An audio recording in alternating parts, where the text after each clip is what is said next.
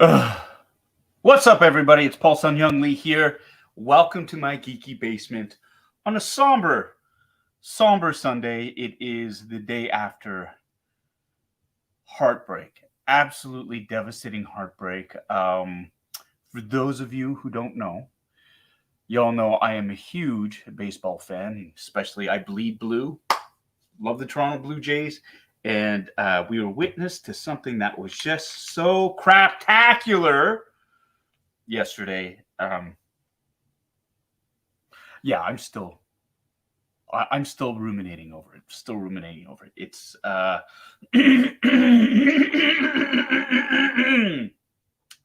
bitter pill to swallow.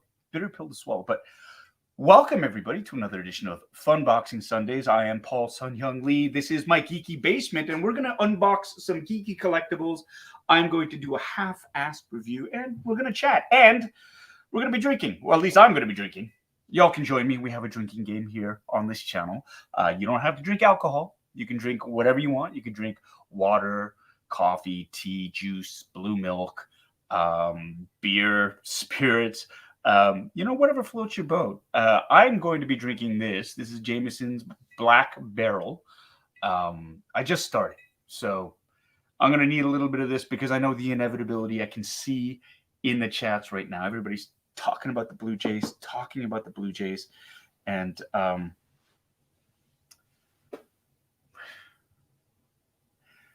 mad because I care. And I know I'm not going to throw anybody under the bus. I'm not going to throw anybody under the bus. But what I want to say is it's so hard sometimes to just be a Toronto sports fan. That's all. And it's not that the Jays lost. It's how they lost. It's so heartbreaking. It's so familiar as a Toronto sports fan. But that's the game of baseball. That's why you play the games.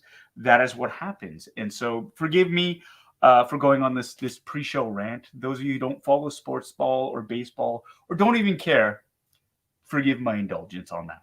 So, yeah, it was a rough night. Just a little context.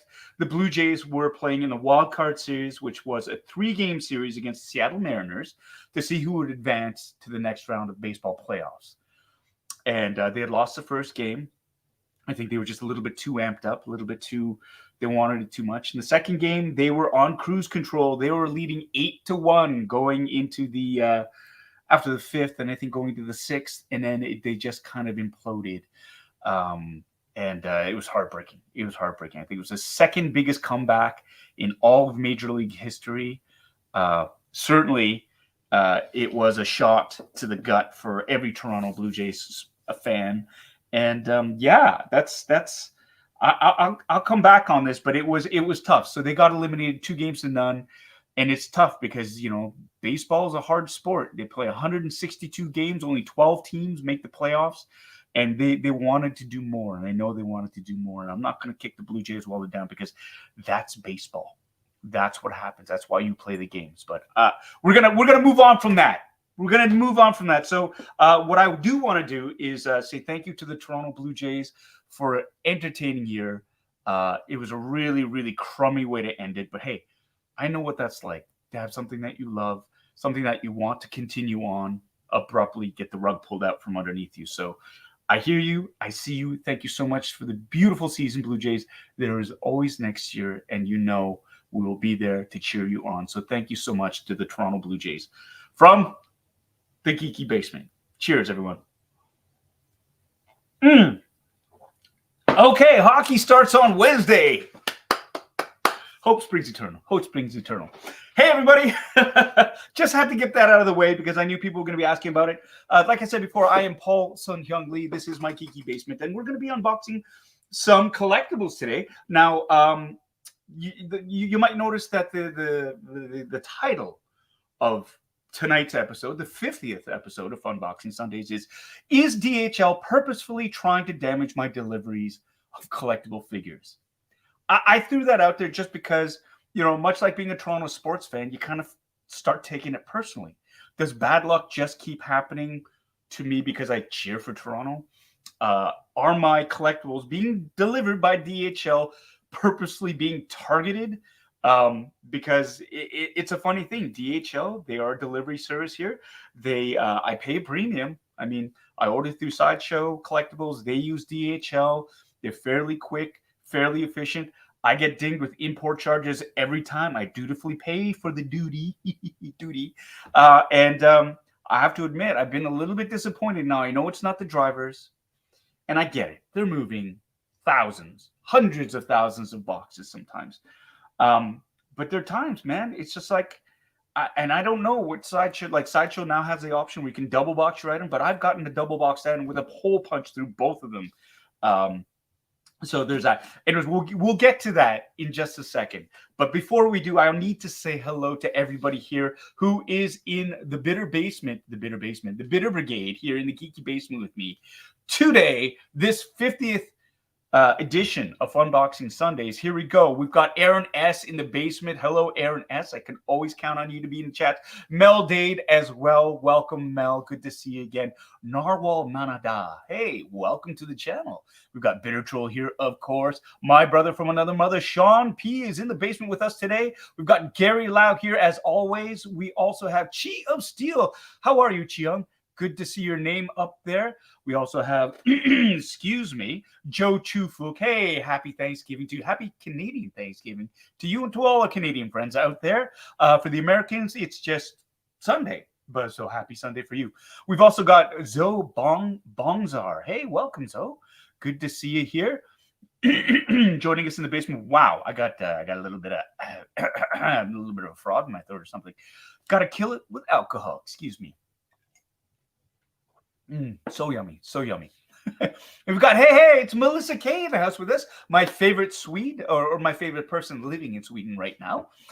We also have here with us today, Anton Attard, Vanessa C, welcome. Good to see your face in the chats. We also have here, oh wow, lots of chats going on. Toy Geekosaurus, welcome. Hey, good to see you here. Daniel Sertle, are you at work, Daniel?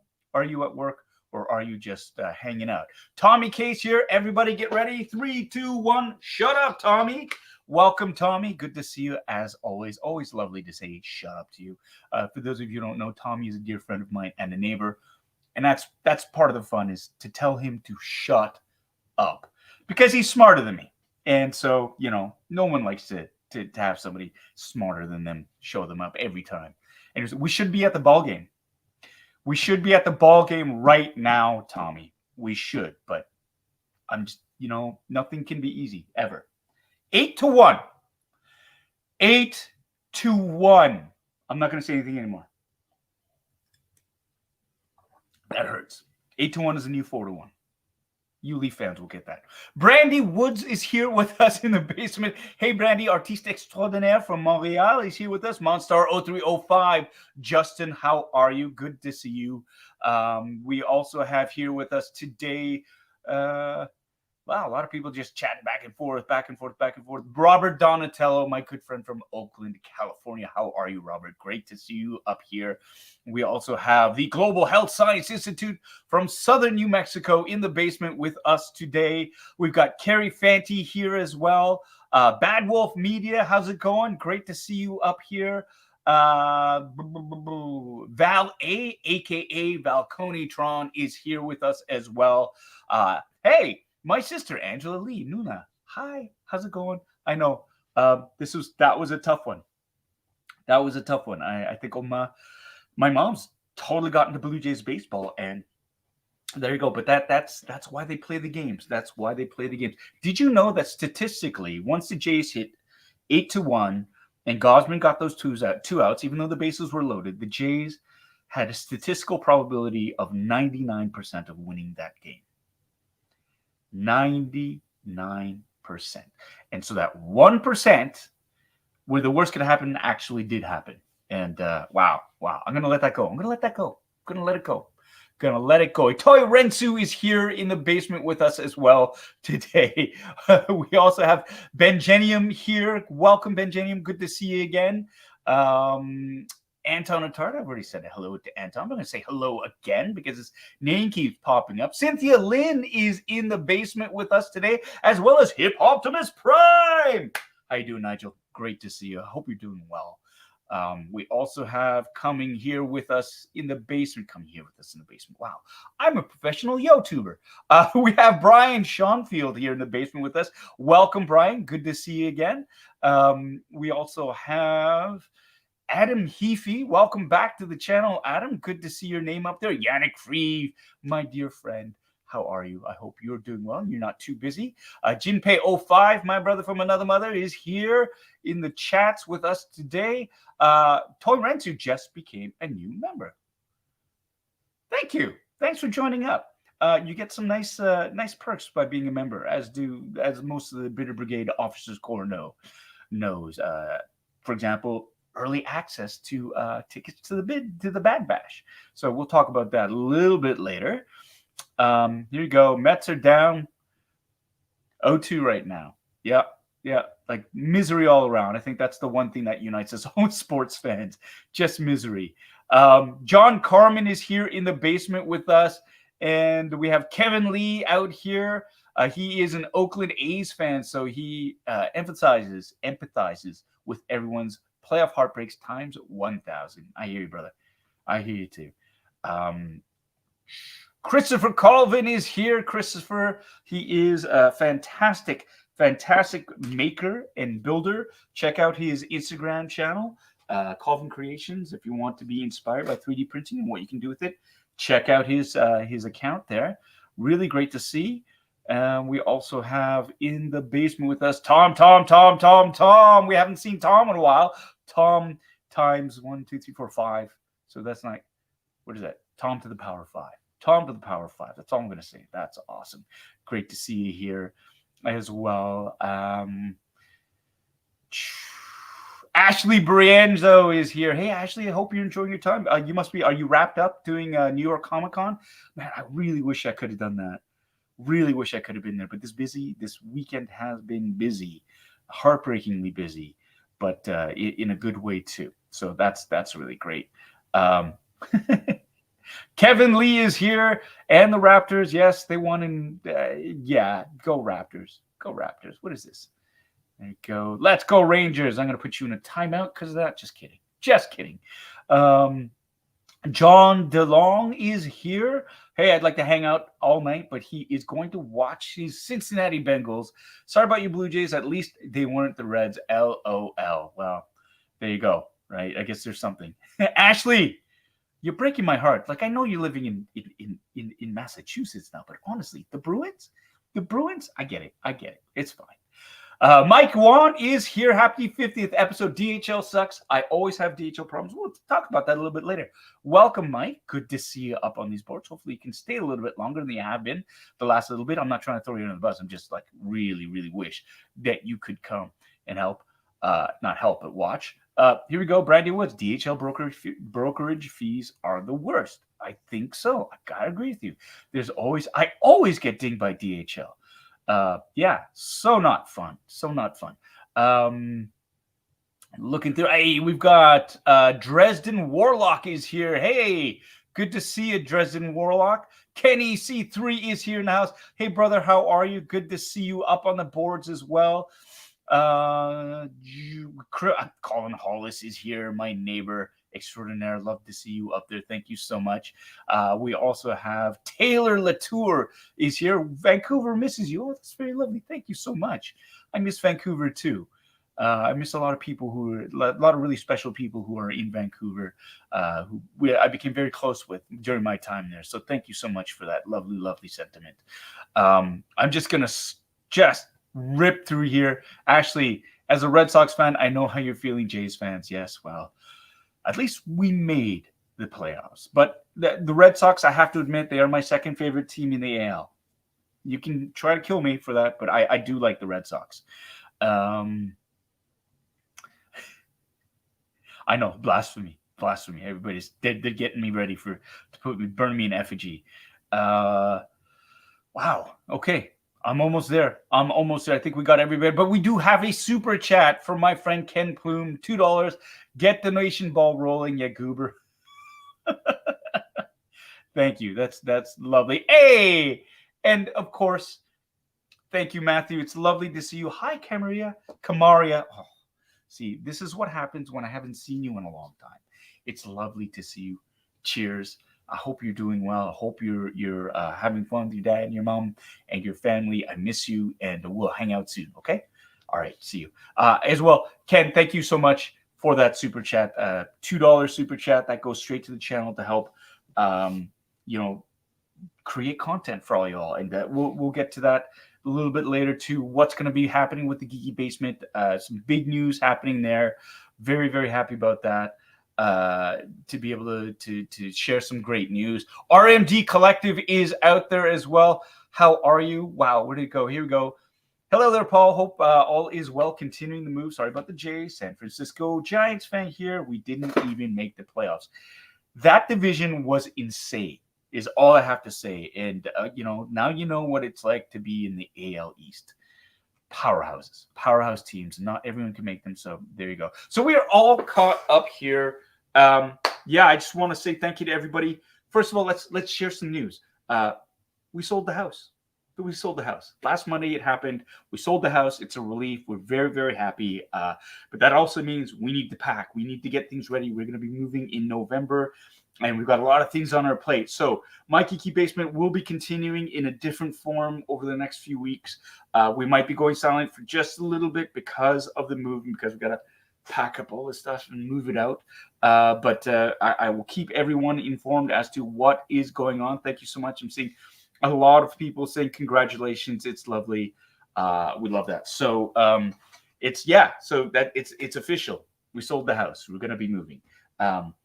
Which brings us to announcement number 2. Now, those of you who have been watching this channel, checking out the community tab, you know all about. Sorry, just reading a text from Ken Plume. Y'all know all about the Bad Bash that's going to be happening October 21st here in Toronto, Ontario, at the Storm Crow Manor, the storied, fantastic, fabulous Storm Crow Manor here in Toronto. We are holding the Inogural, and I know it's spelled incorrectly, and there's a great story behind that. I don't know if Steve 3 is here watching it, but it's because of him.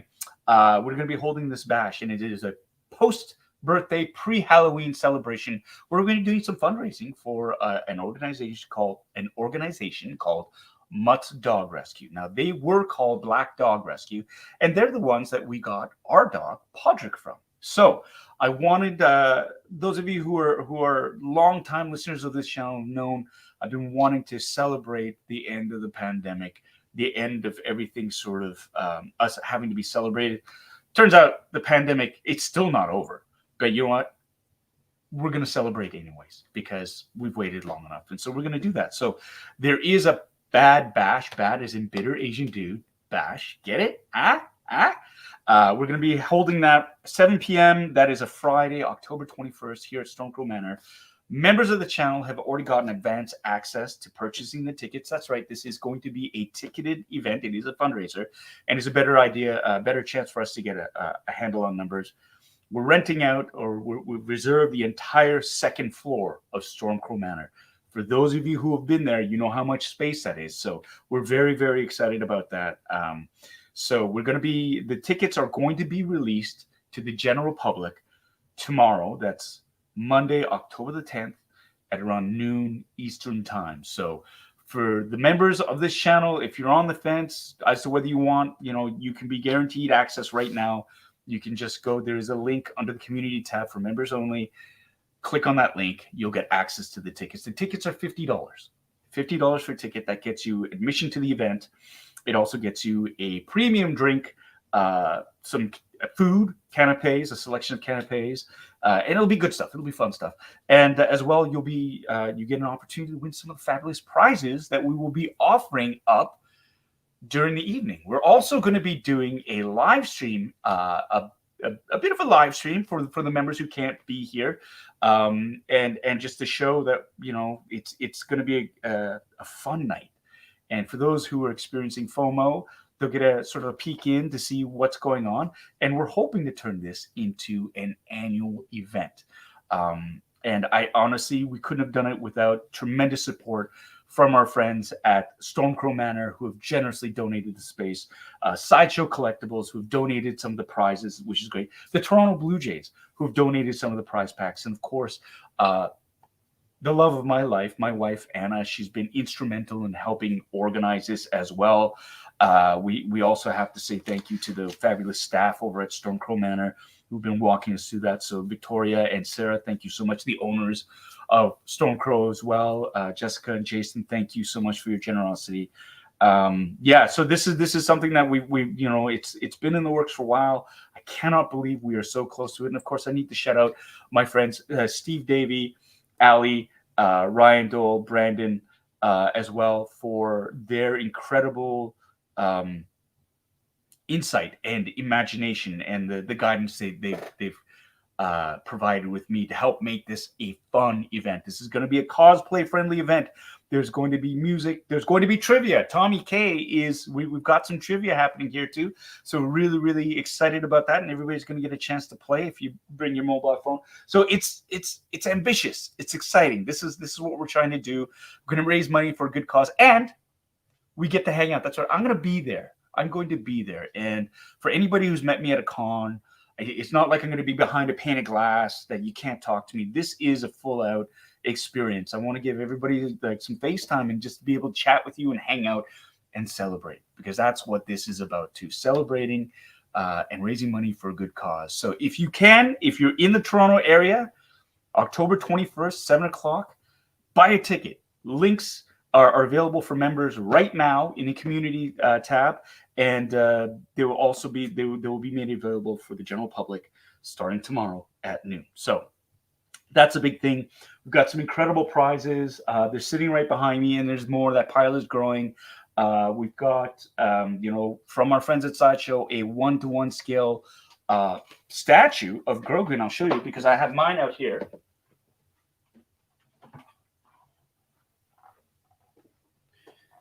So this beautiful baby boy is going to be up for grabs at the event. That's right. This is a beautifully sculpted piece, right? Look at the detail on that. Nice base. So that's one of the fabulous prizes, many fabulous prizes that we'll have available for those who attend the Bad Bash. We also have a couple of 1/6 scale figures from my personal collection. We've got we've got a Jason Voorhees. We've got the Leatherface. We also have Boba Fett from Mandalorian Season 2. This is when he reclaims his armor from that. So we've got a hot toy in there as well. We also have a statue from my friends over at Gentle Giant of the Mandalorian, and we have a couple of plush talking Grogu dolls, and we also have the Blue Jays prize pack. So that's just the beginning. We're building that. We're building it up. So it's going to be a lot of fun for everybody there. That is future Meldade's problem. That is future. You will find a place if you win it. You will find it. You will find it.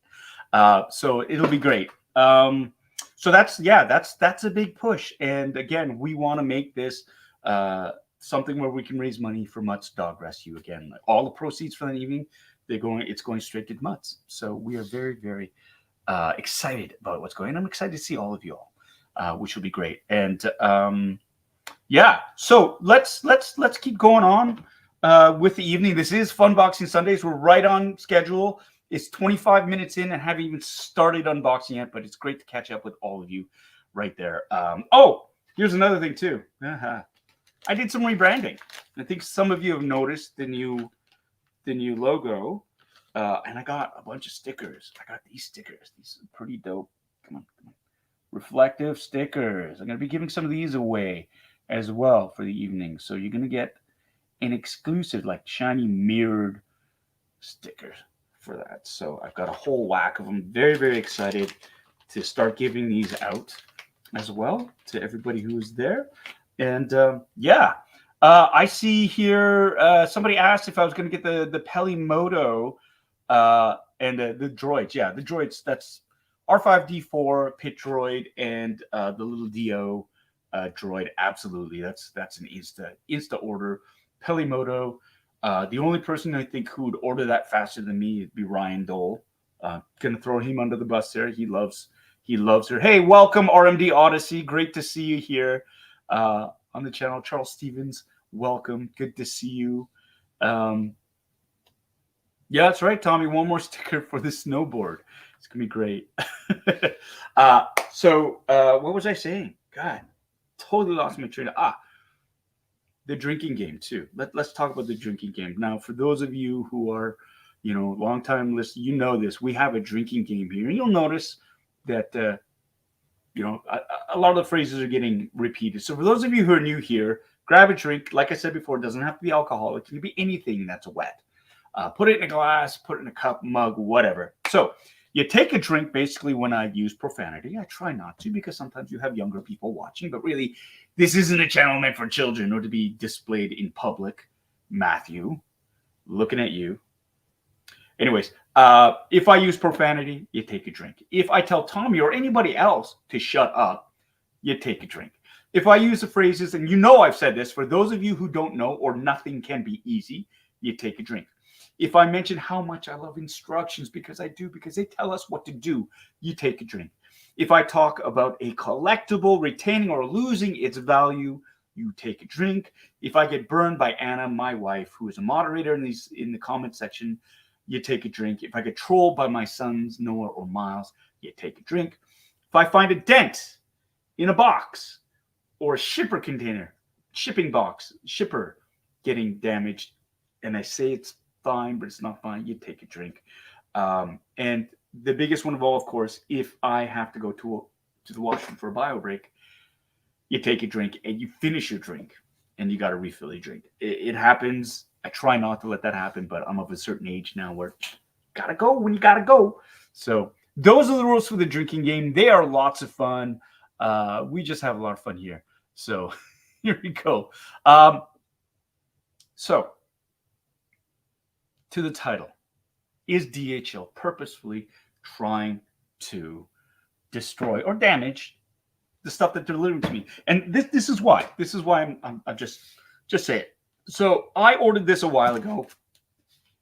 One of the items, it's in the descriptions. One of the items that I wanted to unbox is let's do the Alabama crisscross.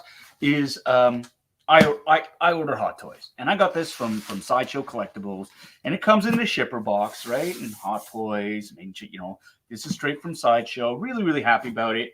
And for the most part, it arrives relatively unscathed. But I was looking at this box, and then I noticed that. Now, this is a shipper box. It's meant like it carries the actual item inside, within. It's shipped. That's why it's called a shipper box. And it's designed primarily to protect what's inside of it.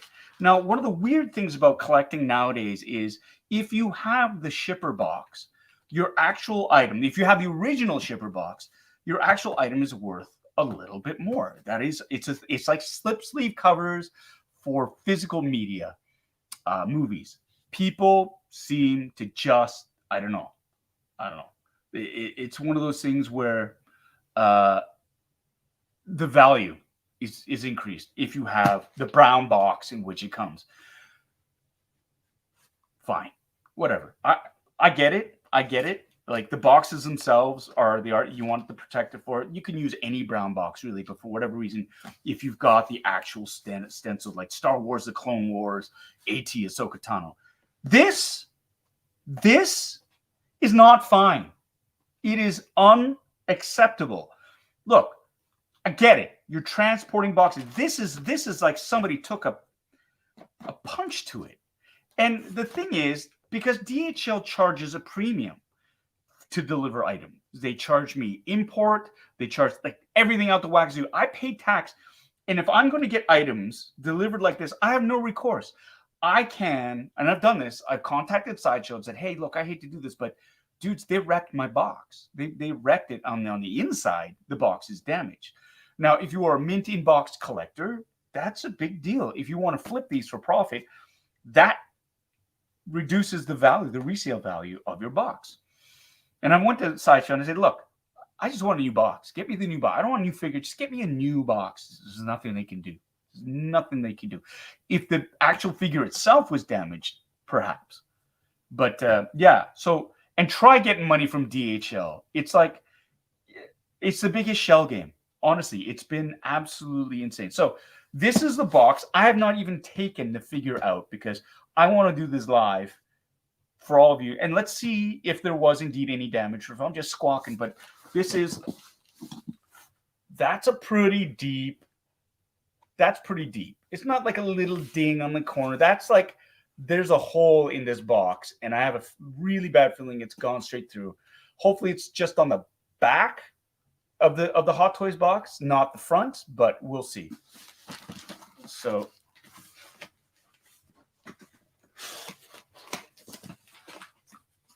got the that. Now let's. Oh, it's on the right away. I can see it's on the front of the box. Let's see.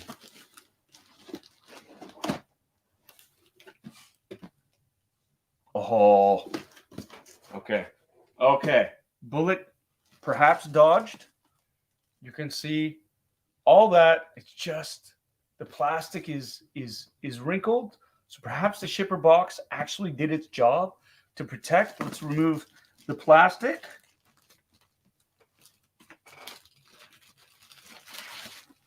Tape. My nemesis.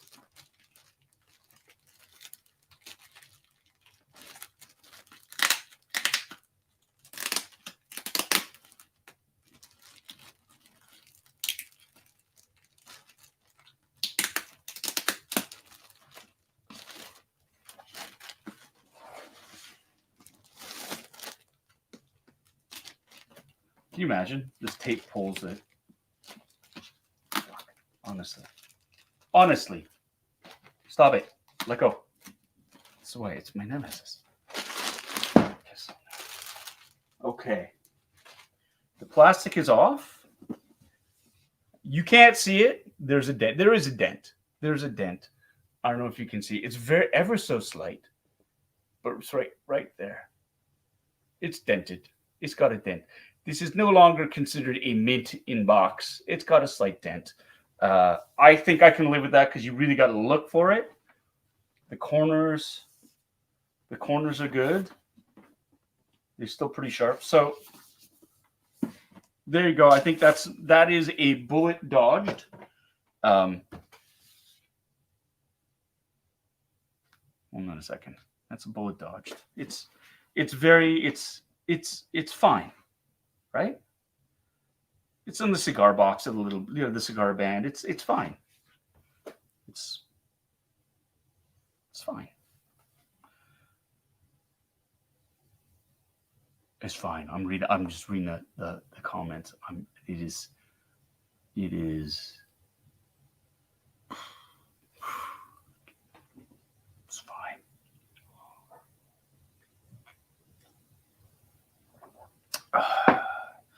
What's important is what's inside the box, right? Right? That's the important thing, is what's inside the box. Who cares about a subtle, imperceptible little... Who cares? Who cares? Who cares?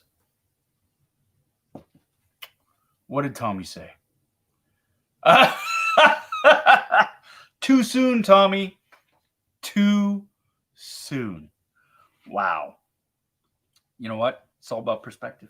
It is all about perspective. All right. So damage control aside, boom, it's there. What are you going to do? Let's look at the box itself. This is the Clone Wars Ahsoka Tano. So this is the animated Ahsoka. It isn't the live action version with Rosario Dawson. That is one of the differentiations that we have to make, the clarification on the differences. So she is going to have more of her animated characters look. As you can see, her montrails are longer. Or wait, are they called montrails or leku? I think that's a big thing. What do you nerds? Nerds, you let me know. Hey, welcome there. My name is Kingdom. Great to see you on the channel. Yeah. So is it the Leku or Montreals? I get those confused. Honestly, bad nerd, but there you go. You can see it's got the cigar band. There is another photograph of the actual figure itself with the hood on. On the side here, there's another. Oh, look at that. She's got her 2 lightsabers, right? The white lightsabers there. These are the ones that Anakin gave to her. And yeah, it continues on the side. Let's go on the back. The standard legalese: don't eat the small parts. Leku are Twi'leks. There you go. Montreals. Thank you, Ashley. Thank you. Montreals are Torgutas. Torguta. And she is. So thank you. Okay, so I'm going to lift this box off. And of course, what we have here is a beautiful insert, another lovely action pose. There is the figure itself being posed in an action shot there. They've got the effects laid in here with some sparks. Just looks beautiful. You can see her her Montreals.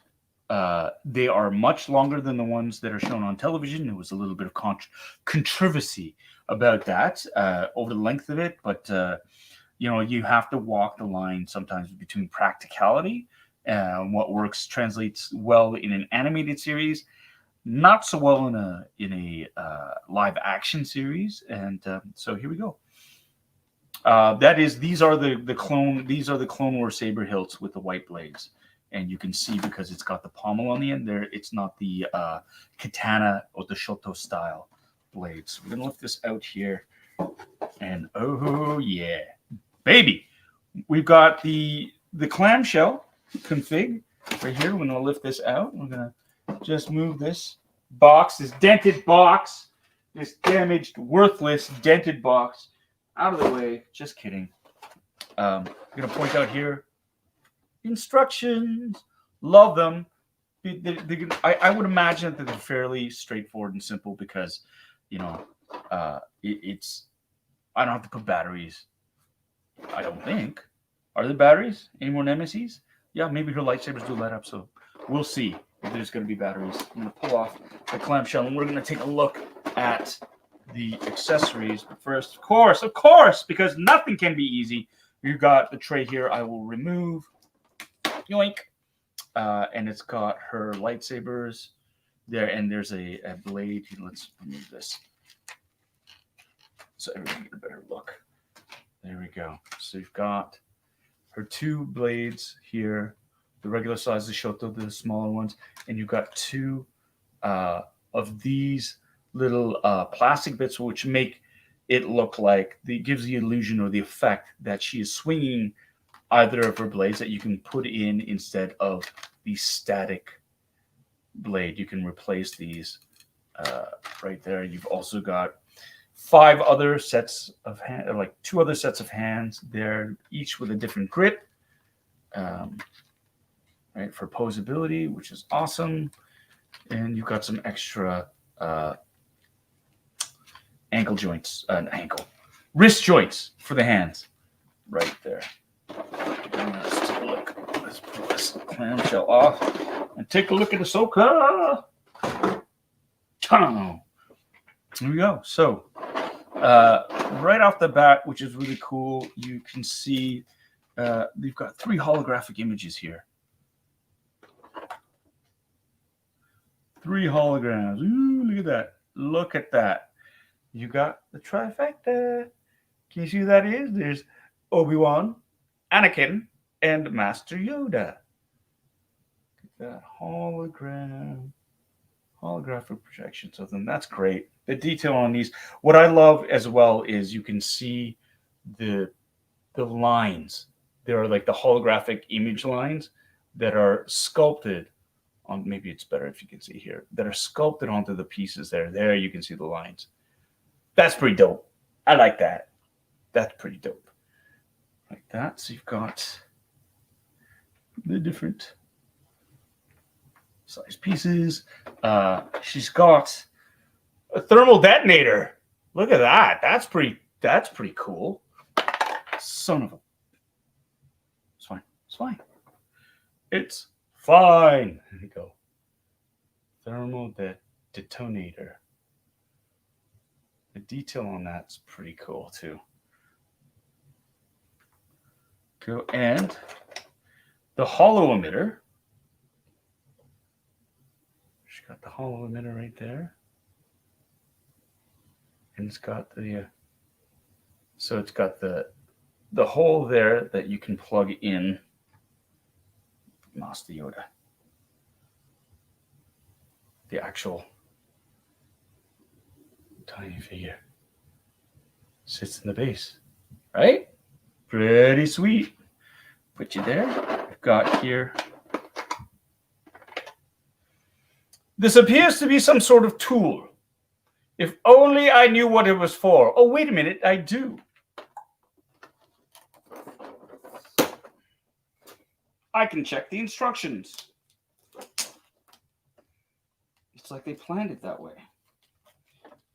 Oh, look at that. Ahsoka Tano. Lovely. Lovely, lovely, lovely. So, here we go. Aha! So it looks like the face, the Leku or the Montrails. Oh my God! See, I've done it again. They're detachable. It's magnetized, and you can change using this the directions of her eyes. So you can have Ahsoka look in a different direction. You could have her look cross-eyed. You can have her look like she'd been kicked in the head by a bantha, and then you just put it back in. So this is a tool to adjust the eyes, and it gives you an idea of the motion. There's another really cool thing about this, and we'll get to that too. And it is, you'll notice it. This is not a brand new figure. It's been out for a while, so I'm sure a lot of you have seen some of the cool things here. How to put on the cloak, because apparently you have to pop off the head to put on the cloak, and it's got the instructions there. Also, how to attach her sabers to her belt if you so desire. There's a bit of a process there, and how to replace the blades, which is very cool. And of course, I was able to figure this one out, but that's really cool. Good. Knowledge is power. There you go. Let's take a look at the figure. Cape. It's a really, really cool material. Looks screen accurate to the one that it's animated, right? And then you've got a built-in snap. Open it without ripping the seams out. Tiny little snaps. There is a wire that's running through, so you can change the shape of the cape. Rhymed. Okay, Ahsoka. Let's take out Ahsoka now. She's got the serial killer bag over her head. These are little bits of foam to protect the paint from being scratched. And remove that. And that. Got the arms here. Oh my God. Why? Why? Okay, let's get that. Oh my God. Wow. 0 for 4. Okay.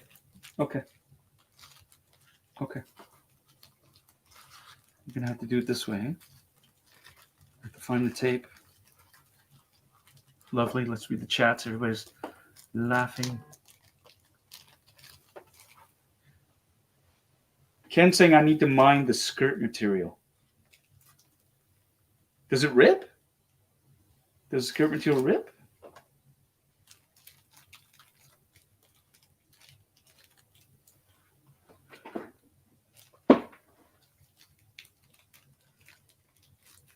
So now Dresden Warlock is saying Montrails are the horns, Leku are the tails. So These are these would be the Montreals, and these would be the Leku. It's an interesting discussion that's going on here.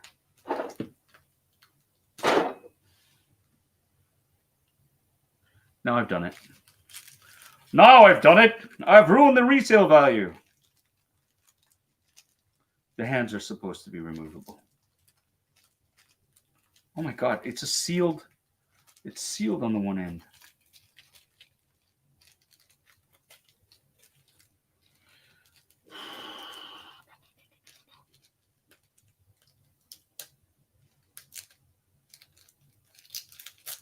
There we go. 20 minutes later.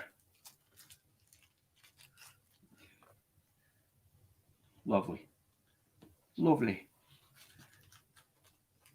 Now, Ken is saying that the skirt material here, the fabric, oh, it is. It's super thin. Sorry, this looks really bad. But you can see here, this material, it's very, it's almost like pleather, very, very thin pleather. And apparently it's susceptible to tearing, especially if you're going to be posing her. So that's a good tip. Thank you so much for that. As he struggles to get the bloody bags off of her legs.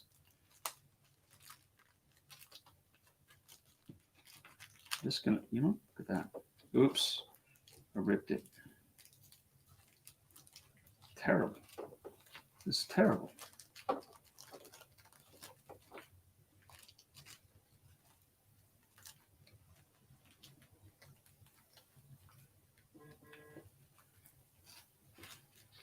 My wife is texting me. Oh, that's old. Okay.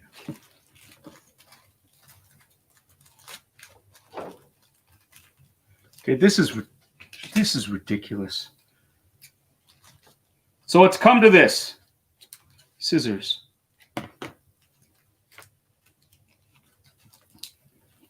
I'm usually very good at being able to remove. Oh my God.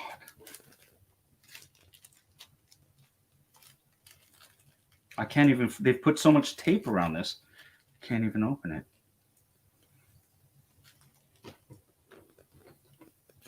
Oh no, really? That's great. I have to change it now. I've had that password for forever.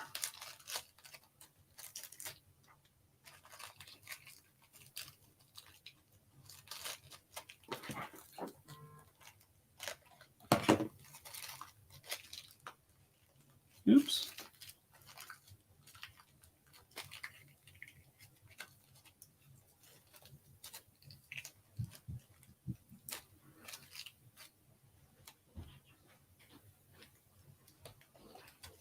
Holy shit balls. Fuck. Fucking hell.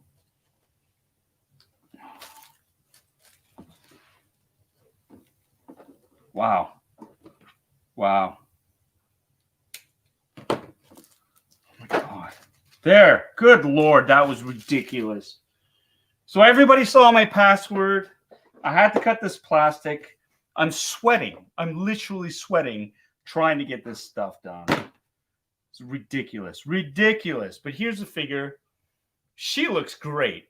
Out of box, she looks great. Once you can get all that plastic and shit off, it's amazing.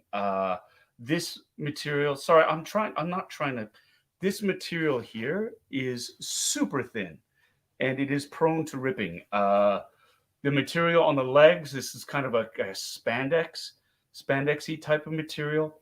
This is what I wanted to point out though. So her arms have a silicone sort of rubbery texture to them because they're hiding the joints. So there's kind of a skin over this. And so you have, in the past, they used to have these just sort of exposed joints. You would see but for this figure, they don't. And so you get a bit of that, see that? That flexibility, which is kind of cool. But like a lot of things too, you got to watch out because I'm hearing that there will be degradation over time of these joints. Like you can see your little elbow joint right there. So that's pretty amazing. It is pretty amazing. And I'm wondering though, it's like if you can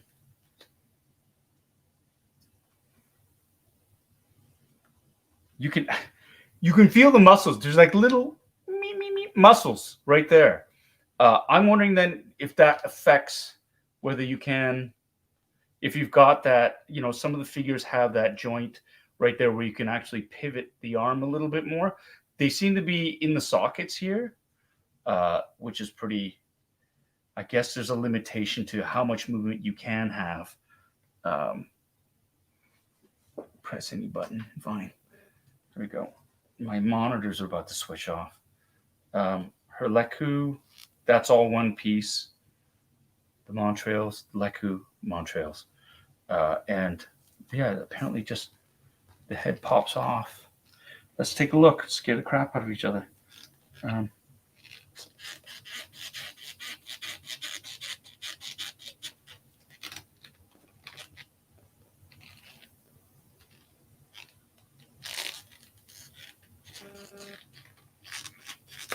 Oops, there we go. It's actually got a little bit of a plastic wrap there to keep the neck from being scratched. Here's Ahsoka's head, and there you go. Removable, and there's a little magnet right there, and there's a corresponding magnet right there, and they kind of click together, and this is the inside of Ahsoka's head right there. So this is the neck piece that connects onto the neck. There's her face. Look at that sculpt. The paint app is great, and you can reach in with this to adjust the eyes. So if you wanted her to look in a certain direction, instead of straightforward, you can. Just like that. See, I've turned her one eye in that direction.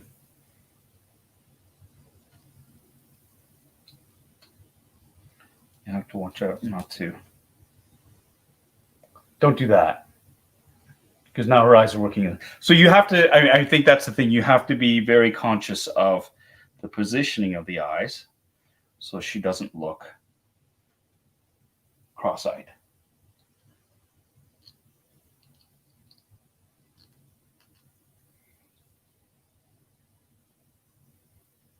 Oh no. I can't get them back to normal. Oh no. Come on.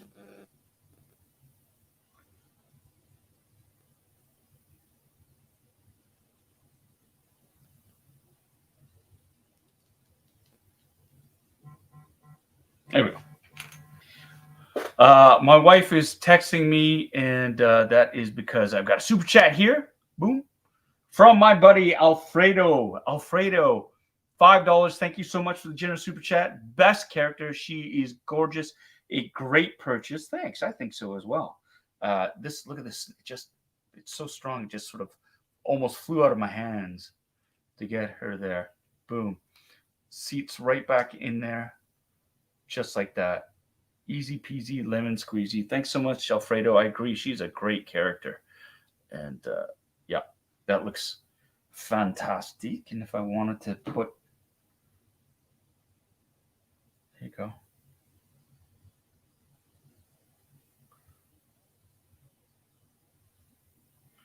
Cloak on. That.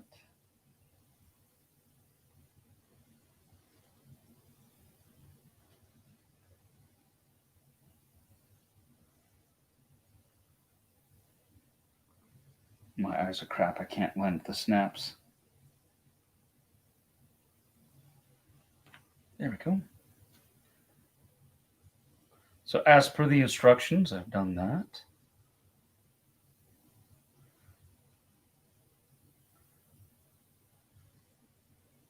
thing.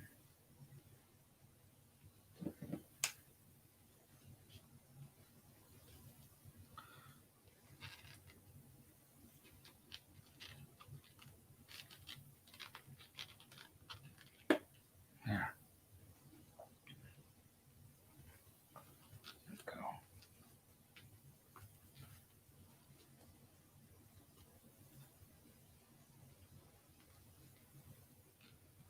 There you go. And you've got the cloak, and that would be her with the cloak on if she wanted to go incognito, as it were. So you can see there, it really is a really, really great design there. It's really, really well done. Right. The shin armor, the knee plates, really, really great. Her gauntlets. This material, this thin skirt material, is actually the entire body piece right there. Her hip plates or armor sits on top of it. But yeah, I see what you mean, Ken. This feels extremely fragile, and I can already see the buckling or the bending of it. Like you can see the creases right there from having to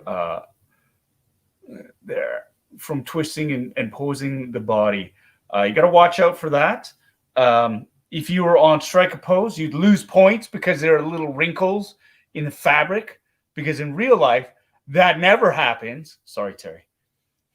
He's not even watching. But if you're watching on a replay, that's just for you.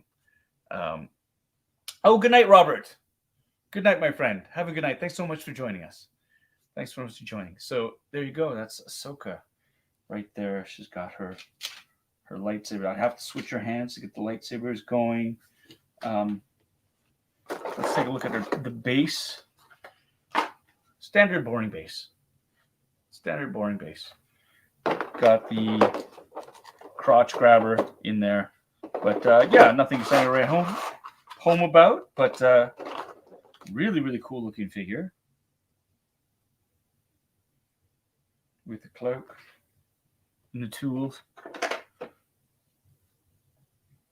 Let's swap our hands.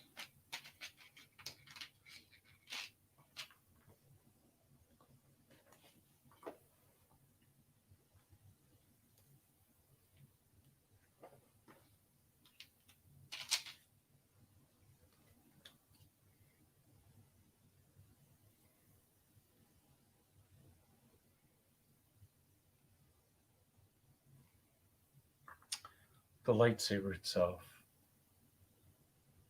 is great. Great detailing on that. Love how they're a bit scuffed up. They've been used. Hey, what's up, Bearded Builds? Good to see you, bud. It's going well. It is going well. Right?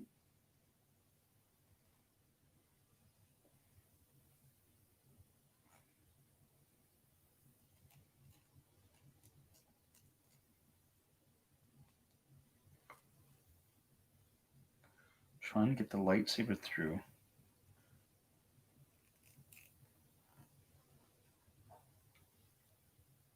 Just getting it past the thumb. There we go.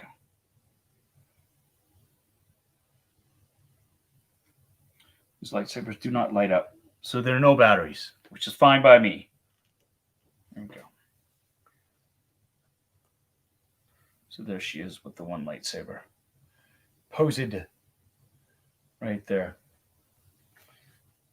This will be this is a great addition. If you're a fan of Ahsoka Tano, of the Clone Wars, this is a no-brainer. This is a great figure. All right. Let's move on. I'm going to put you back in the case there, Ahsoka. Where we are going to be looking at a couple of other things here tonight because I have more than just this hot toy. Something really cool got delivered the other day. Was really surprised because I pre-ordered this item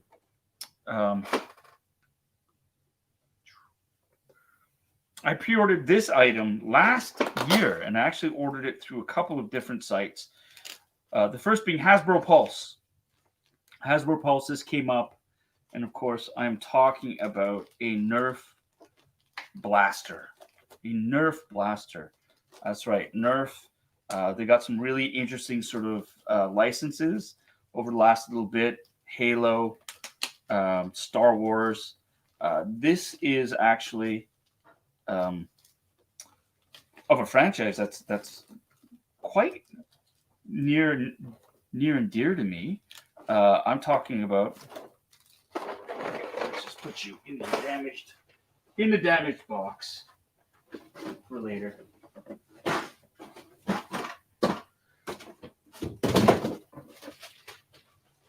Yoink! Oh, okay, I'm gonna put this here. Oi! So I'm talking about this. I am talking about. Let's get you back in here. Boom. This is the Nerf Limited Aliens M41A Pulse Rifle. That's right, from the movie Aliens. Came out in 1986. James Cameron, starring Sigourney Weaver, Michael Biehn, Bill Paxton, Lance Henriksen, Paul Reiser, and a plethora of other fantastic character actors. And it follows the exploits of Ripley, Warrant Officer Ripley, the only survivor of the Nostromo, which was a mining ship. And it's a sequel that takes place 57 years later. In this movie, there is a group of colonial marines led by Michael Biehn, and this is one of the main weapons that they carry around. And Nerf did their own version of this. So this came out, and it was an Insta pre-order. Grabbed it. Actually, I pre-ordered it from two different places. Anna, I'm sorry.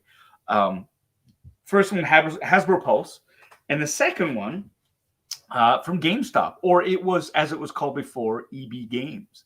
EB Games, they did this. I did this as well. There was a Halo, their battle rifle, the assault rifle from Halo, got released, and I ordered it through Hasbro Pulse first, and then it came out via EB Games for cheaper. So I did that. I grabbed the EB Games ones, and I canceled the Hasbro Pulse one. So that's ready to hear. The GameStop stuff came out earlier. This is one of the rare occasions where Canada gets stuff first before the US did. And so here it is right now. This box is great. Like the art on it is great. I don't know if you guys can see some of the details. These are acid splatter marks. There are holes in the box, right? This is supposed to look like an actual weapons case for it. It's beautiful cigar band, Weyland-Yutani Corporation, and let's do the Alabama crisscross thing again. Here we go. The Weyland-Yutani Corporation, that is the sort of corporation that runs everything in the future with regards to the alien universe. Yeah, it's really, really cool cigar box. The case itself, it's made to look like an actual carrying case, which is pretty dope. Like I like that. I like that. Like, check it out. It's branded, it's stamped LV426. That is formerly known as Acheron. That is where the derelict alien spacecraft in Alien crash landed. It's been renamed LV426 because, of course, humans have landed there and begun terraforming the planet, trying to convert it from a desolate alien sort of landscape into something more breathable. But really what we find out, spoiler alert, I mean, the movie came out in 1986. If you don't know it by now,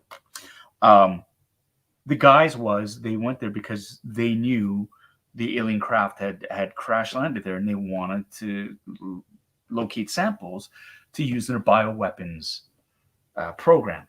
So there you go. But look at this. This is great. It's embossed. The textures on this, you can see in the light there. Here's the Nerf darts, right? It's got a silhouette of the actual weapon.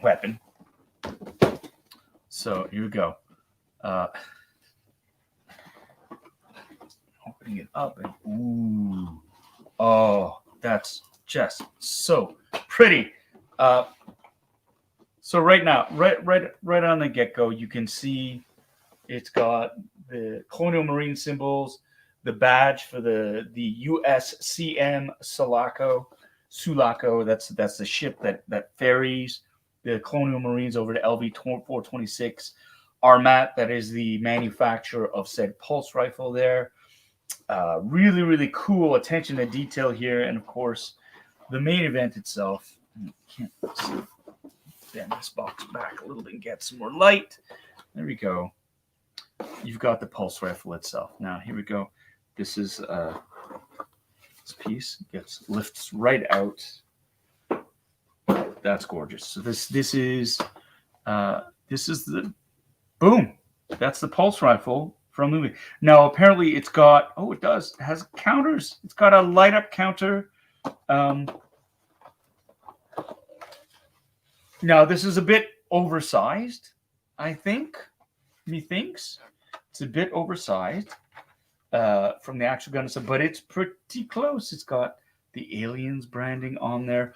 Obviously, it's painted a different color. The ones in the movie weren't bright yellow and white with these, but of course, this is a toy, and you don't want to get shot by somebody who thinks this is an actual gun itself. The base of this weapon is actually from a Thompson submachine gun used in World War II, and in the United States, it was the Chicago typewriter was the name given to the Tommy gun that the gangsters used to shoot each other up. We've got here bullets. Here we go. You got 10 standard rounds and 3 grenades. Oversized rounds that go into the grenade launcher. Look at that. Here we go. We got instructions. Yeah, baby. Look at that. Instructions. It's got display buttons, an elite dart display, so you know how many darts are left in your magazine, the cartridge there. Dart trigger. You got the dart accelerator button. For a lot of motorized Nerf guns, you have another button that starts up the engine. There's a flywheel in here, and then this activates the trigger. So if you actually want to shoot the darts out, it's got a mega dart barrel underneath here. So like the movies, this is the grenade launcher portion of it, and you would pump it and fire the grenades with another trigger here.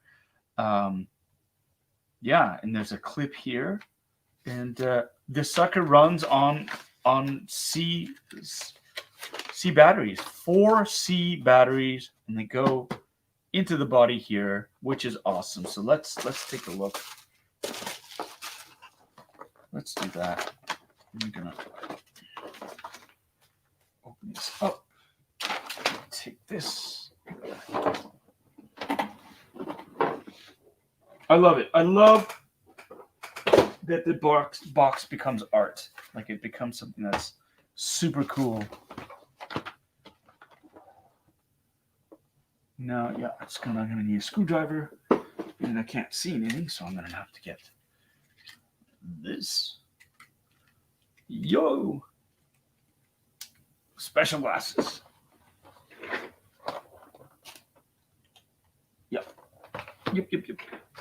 Here's Philip's head.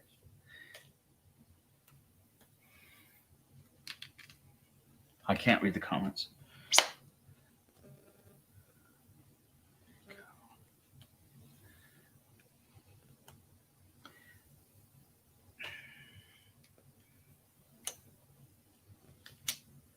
Oh. Well then. I guess I'll just go.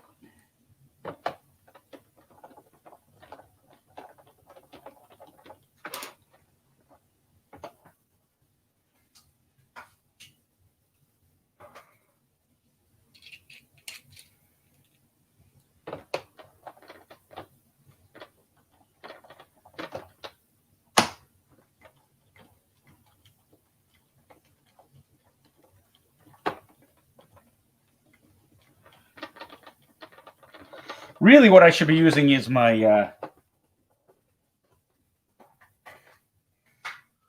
you go. Should have been using my motorized screwdriver, but I've packed it away. So smarter, I would have used it. So 4 C-size batteries. You got 1, 2, 3, 4. I'm not going to mix Panasonic with Energizer. I don't know why that bothers me. Of course. We have the 2 Energizer. So I'll use the Panasonics instead. There you go. Hopefully these batteries are still alive.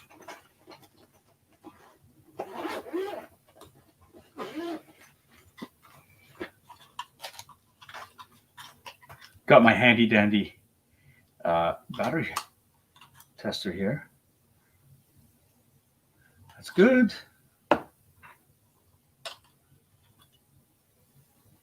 That's good. That's good. That is good. All right, got 4 live batteries.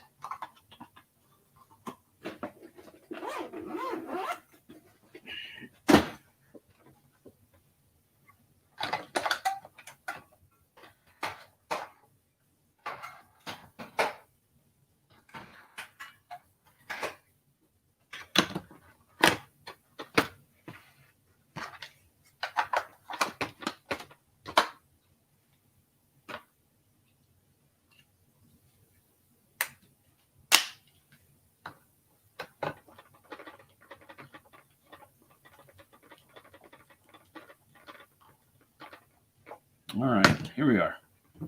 Here we go. Oh, look at that. Light up display already. So you can change the counter. Oh, look at that. How high can it go? It does have sounds.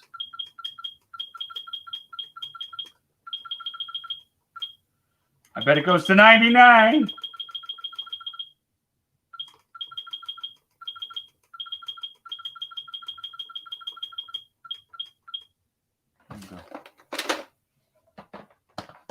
Clip comes out.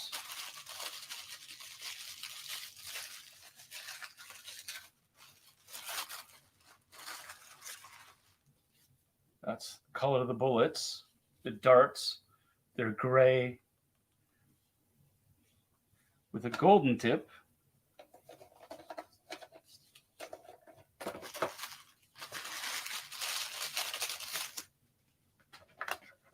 One of the cool things I think I saw in the packaging was it said this is a plastic-free, a plastic-free sort of container for a gigantic piece of plastic that they're selling.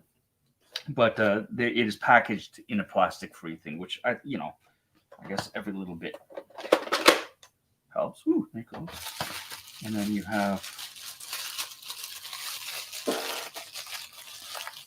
That was a chair. That wasn't me farting. That was a chair. Ooh, these big super bullets. These are supposed to be the grenades. Actually look very close. It's close enough. Like, oh shit. I dropped it. It's close enough. Close enough for rock and roll. And I'm guessing that to load it.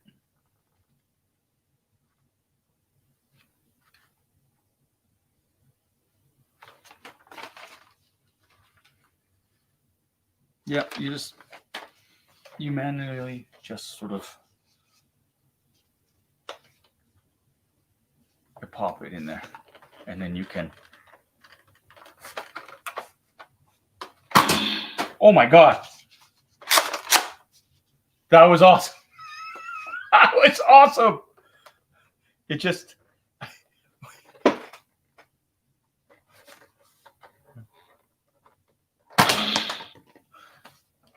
That's cool. it makes the. Now I'm going to try firing the. You can hear. So you got to press that. See this flywheel going, and then you. Okay. Shoot. It's hard. It's hard to get a proper angle on this. Oh, you know what? I bet it's the battery.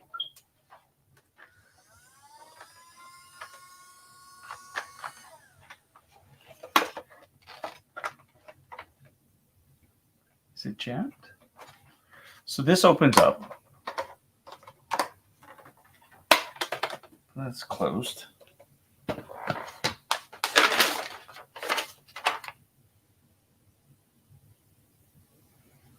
Mm-hmm. Mm-hmm.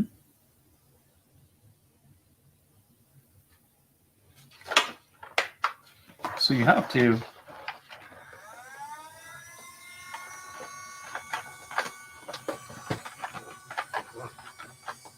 It's not making the noise.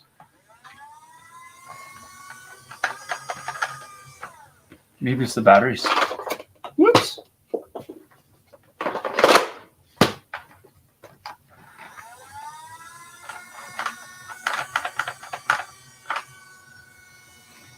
It sounds strained. It sounds strained.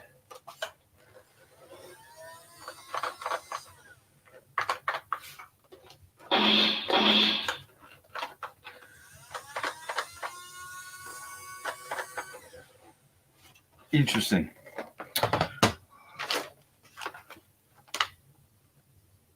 Pull the elite trigger to fire one dart. Yeah. So you have to hold down the accelerator button to power up the motor. Yeah. And then you. There's nothing. It's not going. It's not going, baby. Is there anything jammed in there? Maybe I jammed something?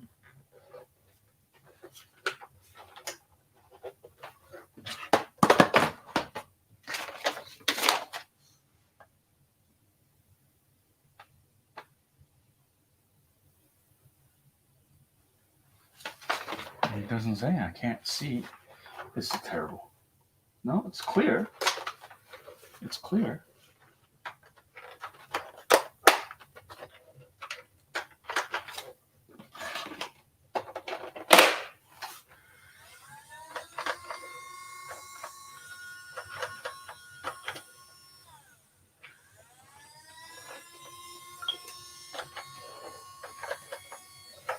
There's no safety.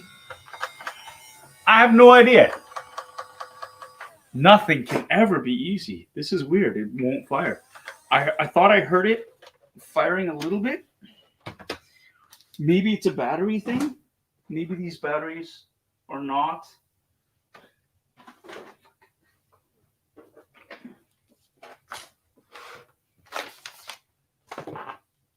So much promise. So much promise. Take a drink, everyone.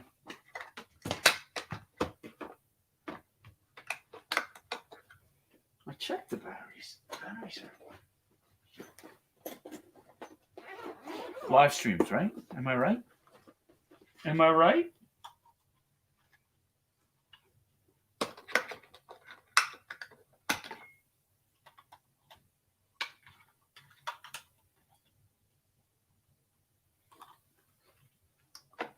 Sounds pretty good.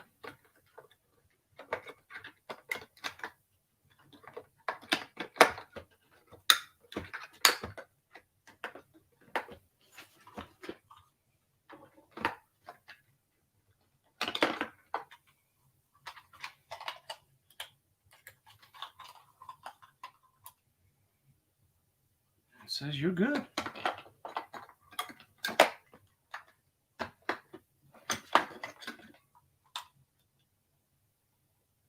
Yeah, it says you're good.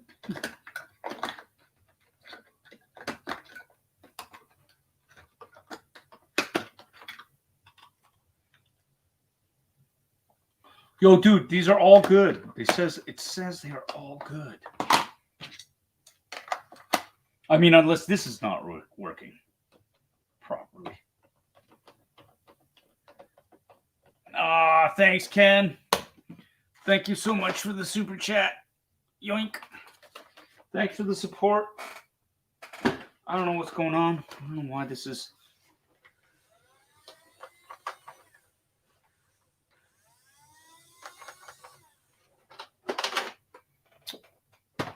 Is it the bullets themselves?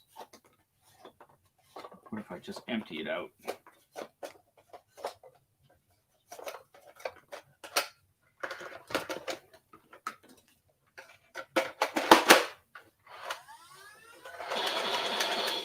Okay, so it.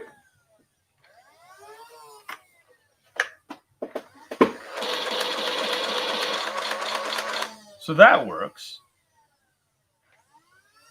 You can hear it.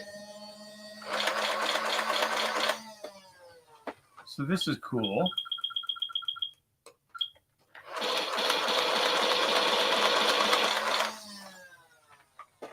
Which is great. So I don't know why. Maybe I overloaded it? Too many? Put 3 in.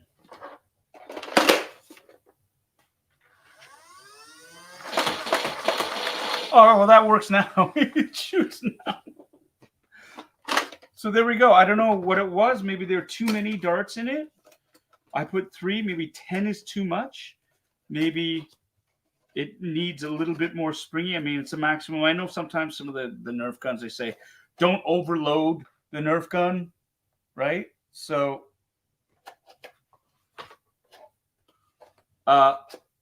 Vanessa is asking here, is Alien Covenant as meh as a review scene? It's different. I mean, Covenant is... It's kind of... it's like it's a direct sort of sequel to Prometheus. Prometheus, it goes in a way that Ridley Scott wanted to ask a bunch of questions that perhaps you don't need the answers to, but see, it just jammed. And now you can hear it's lower. So I think the thing is, perhaps that's jammed. No, it sounds...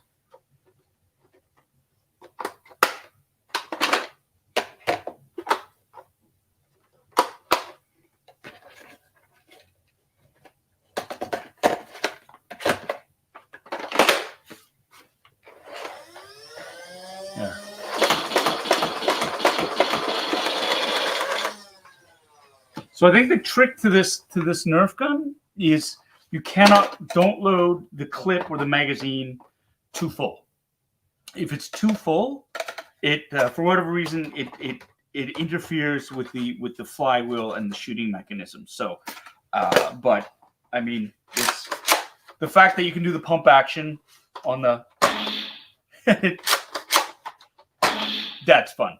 And for the more enterprising sort of cosplayers out there, if you want to switch here, if you want to do a repaint of this, you most definitely can. It's got the look. It's very close. It's a bit chunkier. I think I actually have, if you'll bear with me, a 3D printed version.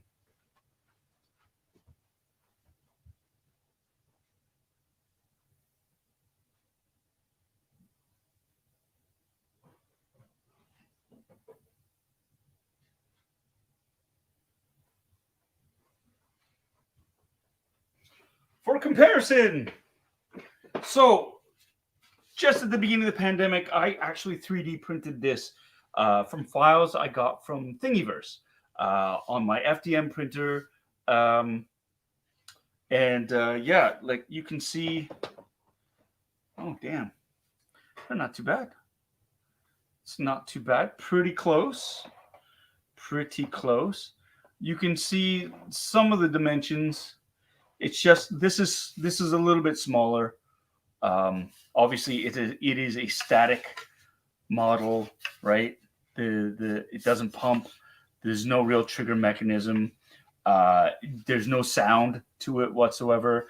I still have yet to complete it. You can see a lot of the print lines are still there. I've started the process of bondoing all the seams where it was all glued together. This would be awesome to make a mold with, I think, and to create rubberized versions of just stunt guns. But now with this, you don't need to, and it is very, very close. It's a bit chunkier. It's not too bad. You know, close enough for rock and roll, I think. So there you go. This is all things being equal. The fact that this has a counter on it and sound, it's great. It's awesome. The speakers are here. It's I love that.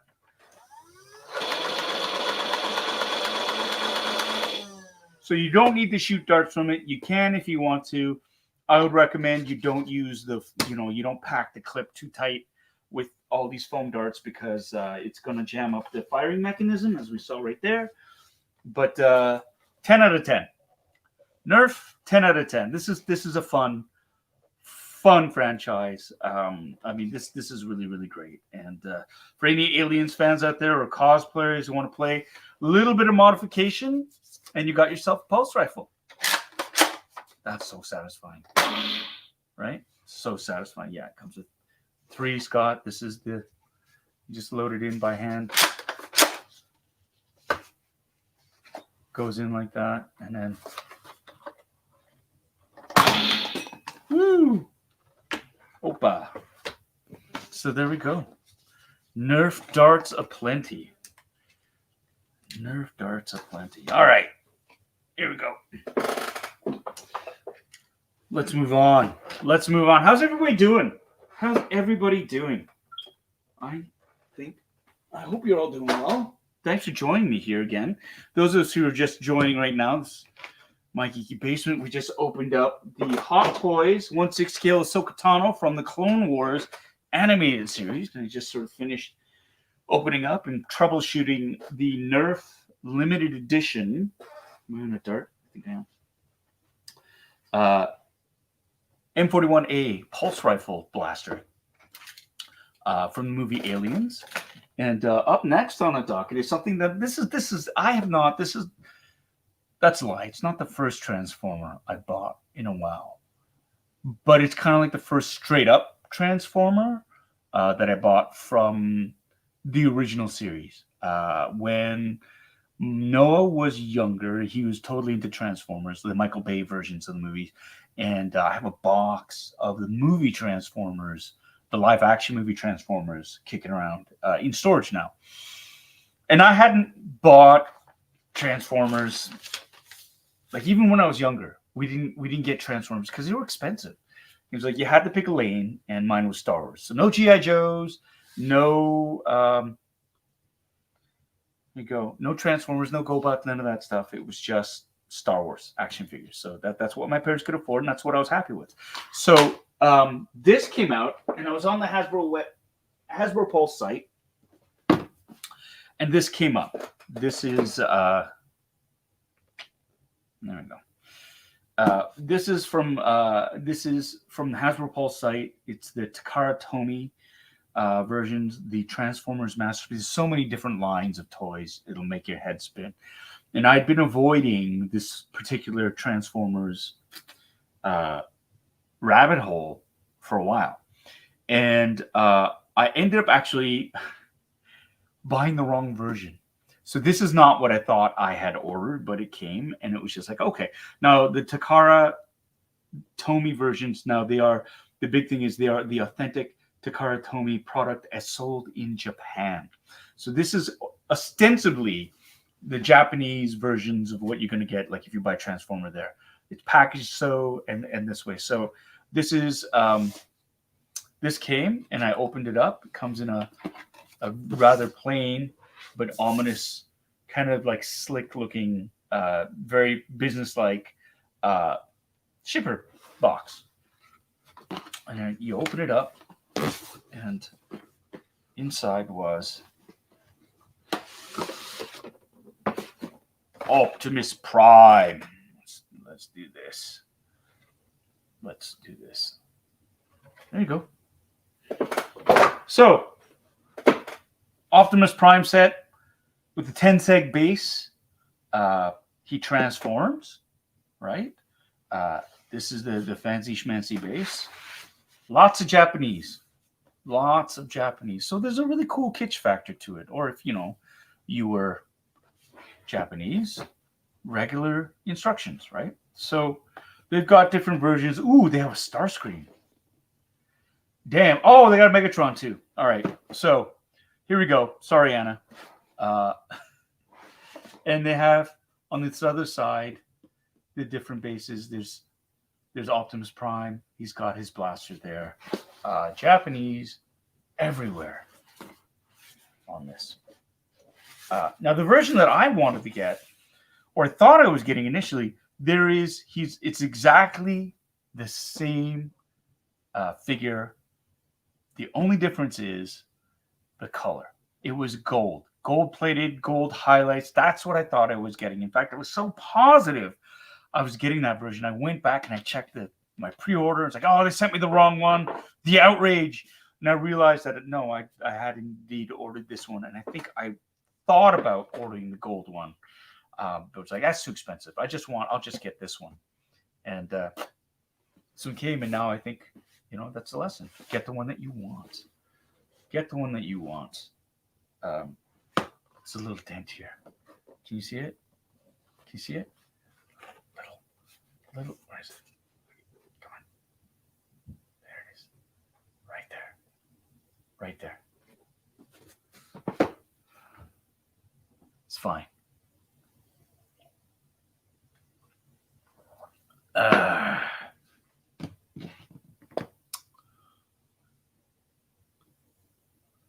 I'll defer to you, Hip Optimus. I will defer to you. I'm not upset about this. I think this is great. I love this version of it. Wasn't too thrilled about the Michael Bay redesign for it. He is a Peterbilt.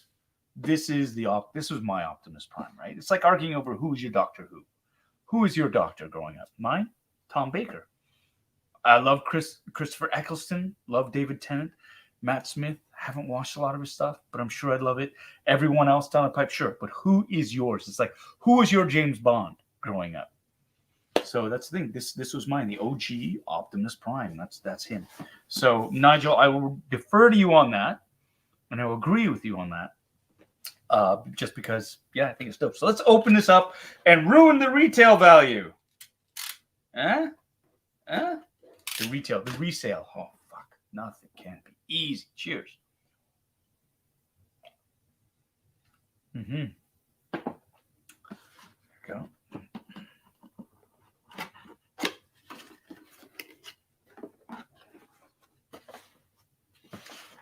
So right away, this is packed to the gills with a bunch of stuff. So that's really dope.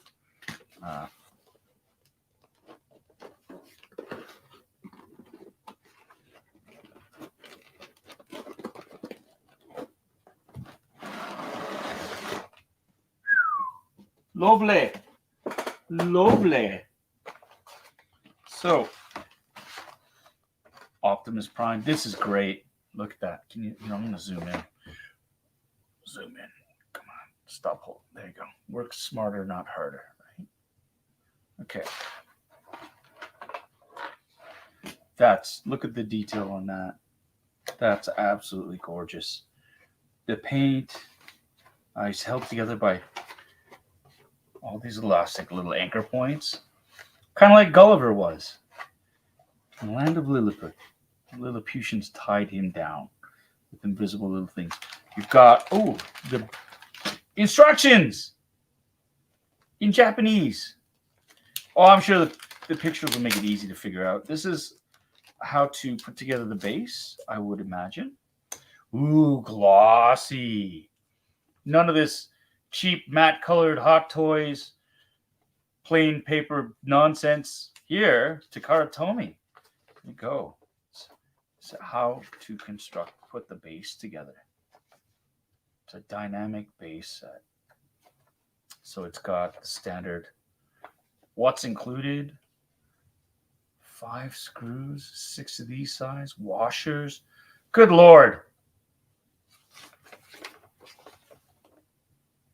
How to construct them, how to put them all together. That's pretty dope. I'm not going to do it now because I'm going to lose all the pieces. And how to transform Optimus, which is probably the most important part of this whole exercise. Well, shit. Here we go. Here we go. I got everybody talking about Doctor Who now. I love it. Love it. Whoops. Going to free you, Optimus. Going to free you from your little plastic bonds.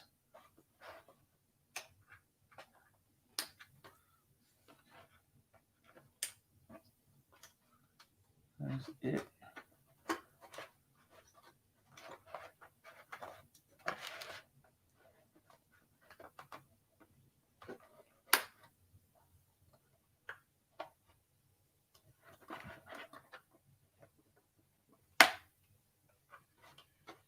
Thanks, JD Guts. I think they're making new movies with the bots looking like this. Like the new Bumblebee movie. Yeah, it looks like... I love that Bumblebee movie. I thought that was a great movie. Lots of fun. You need those classic designs. You know? I just think they're more aesthetically pleasing as well. The new ones just look so busy. So busy. So bad. You free Optimus? Optimus is free. Freedom. I am Optimus Prime. There he is. Dope. And then we've got, look at all these little tags that have fallen free.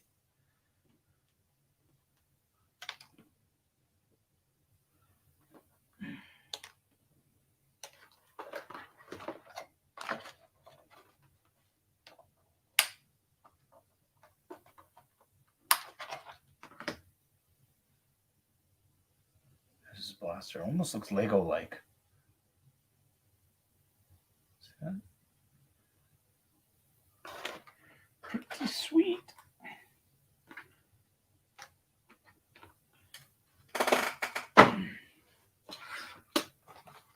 All right, so here's the Optimus. Take a look at him in all his glory. It's a plastic.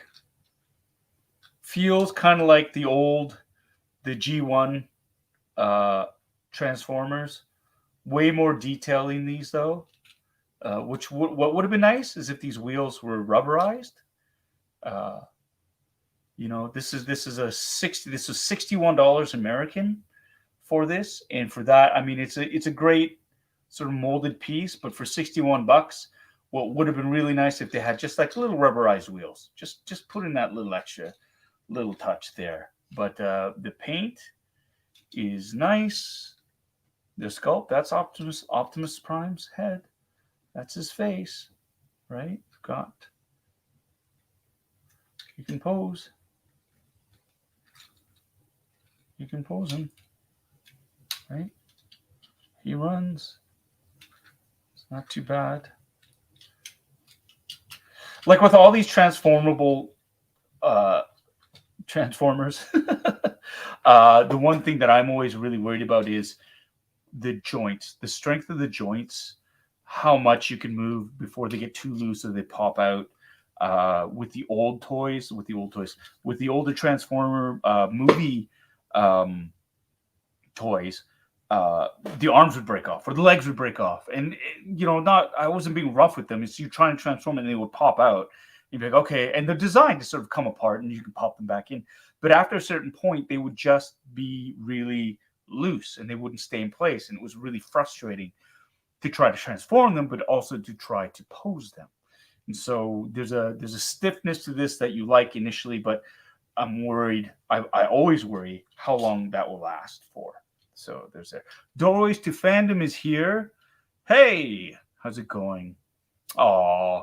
And this is everyone. This is a dear, more than a friend. She is family. This is Colleen Lou. Colleen, how are you? I miss you. Thank you so much. We got to get together. I'm back home. Lots to talk about. So let's catch up sometime within the next couple of weeks, if that's cool. I would love to see you. I'll drop you an email. So it'd be great. Colin Duff is saying the studio series, Sludge is very loose straight out of the box. And that's frustrating, right? Like you drop a premium on some of these figures and you want them to be, you want them to last. Cynthia has some really great advice. You can fix loose ball joints with a thin coat of CYA glue. Great. You shouldn't have to, though. I think that's my argument, is you should not have to do that. These things should last a little bit longer than that, but that's a great piece of advice. Hey, I got my Boba Fett repaint, the armor back there. His gauntlet split in half, so I'm gonna have to glue it together. It's not a big deal, but it's like, shouldn't have to, man. You dropping close to $400 on a figure, you shouldn't have to be super gluing the gauntlets together, right? A little bit of QC, a little bit of QC goes a long way. All right, let's see if we can transform Optimus Prime here. That's this. To transform him, step 1, get his arms up. Step 2, oh my god, I can't see any of this. Where are my glasses? Son of nothing can be easy. Oh, this is gonna be fun. I have to use these stupid things.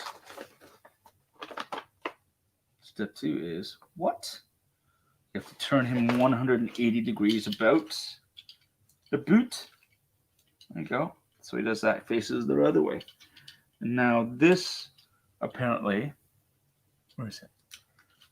Is supposed to drop down.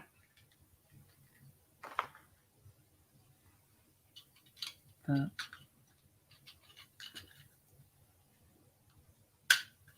there you go. How far down? Quite a ways down.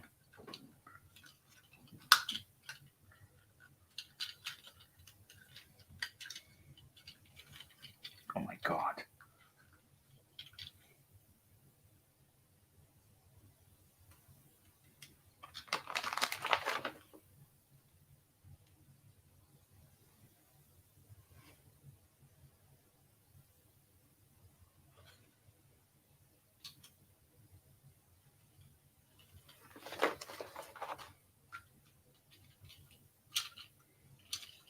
Okay, I'm confused here. This.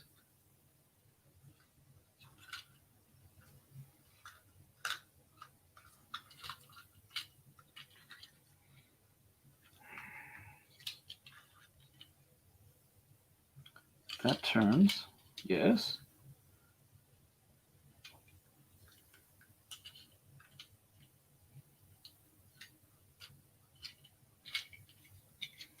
And the light just came off. Not the front.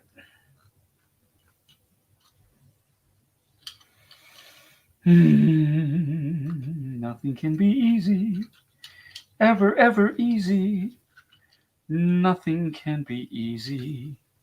So you take a drink. And now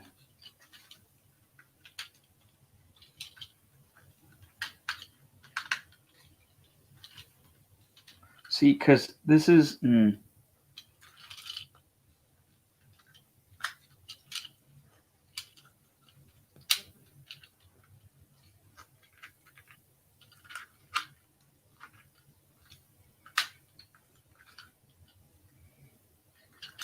see, this is supposed to drop down lower than it actually is. Oh, I see.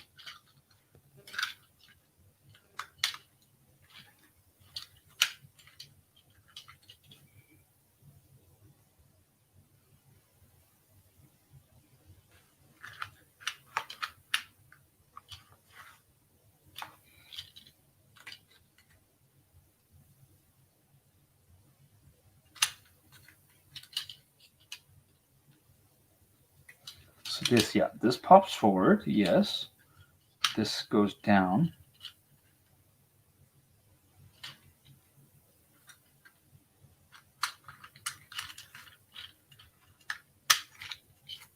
There we go. These go.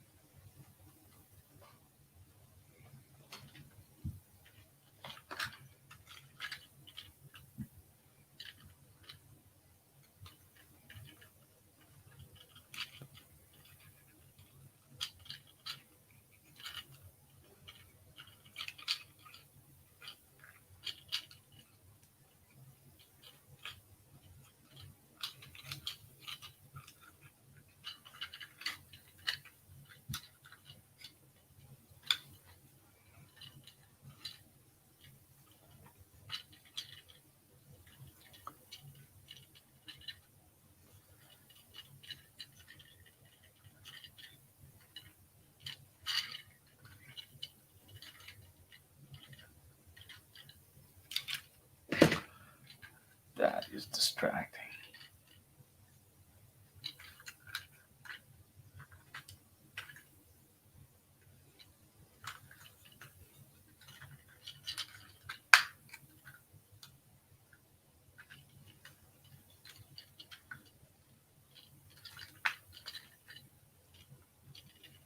The arms won't bend this way. I'm worried about breaking it.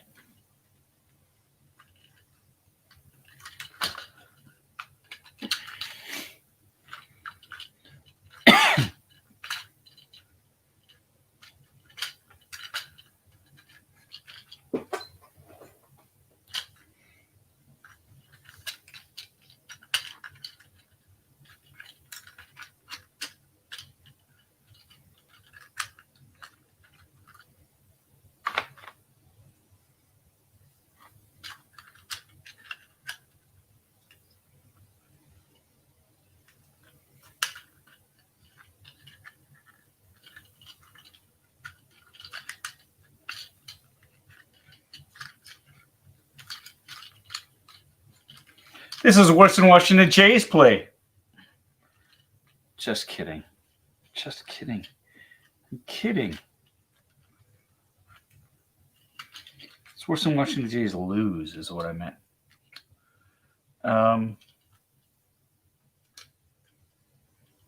Yeah, I'm bleeding. Bleeding viewers as we speak. What? This piece. Okay, so here's the thing. So this piece will not drop down nearly as far as this piece, because I've done that. I've, so I put the arms up, boom, boom, like that, right? And then you're supposed to turn this right to here, so it faces. That's great. That's great.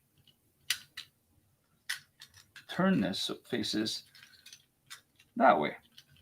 And then this is supposed to move forward, which I've done, right?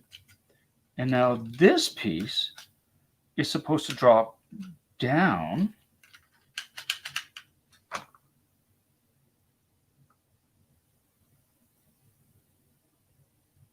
Oh, I see. Yeah. So I was right. So it goes down like that. Boom. Boom. Drop down. Now you're supposed to turn it. Okay, I did that. Boom. Now these pieces are supposed to go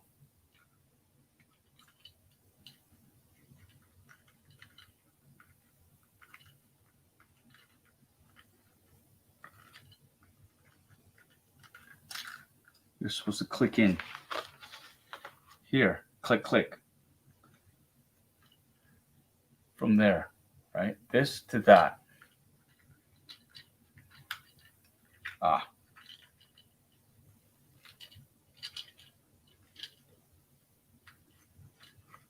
There we go. Okay. There we go. Now this piece is supposed to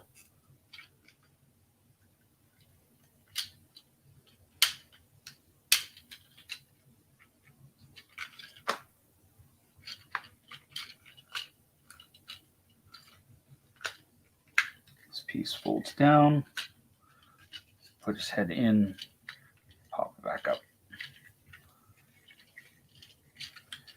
God. There we go. Okay.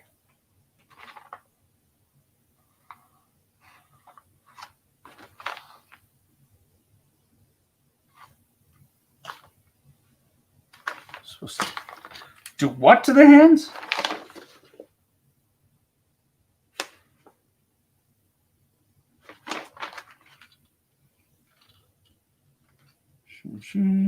That. Now the legs are supposed to go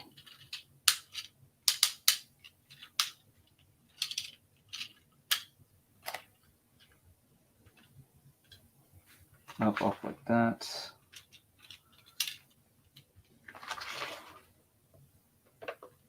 Those are already up.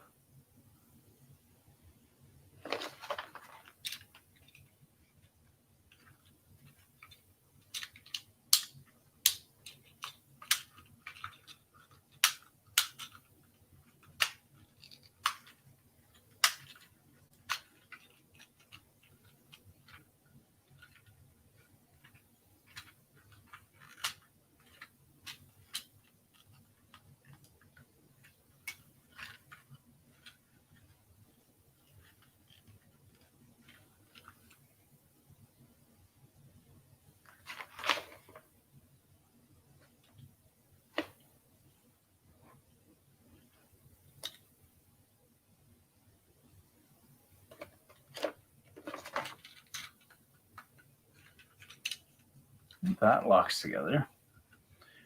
These pieces are supposed to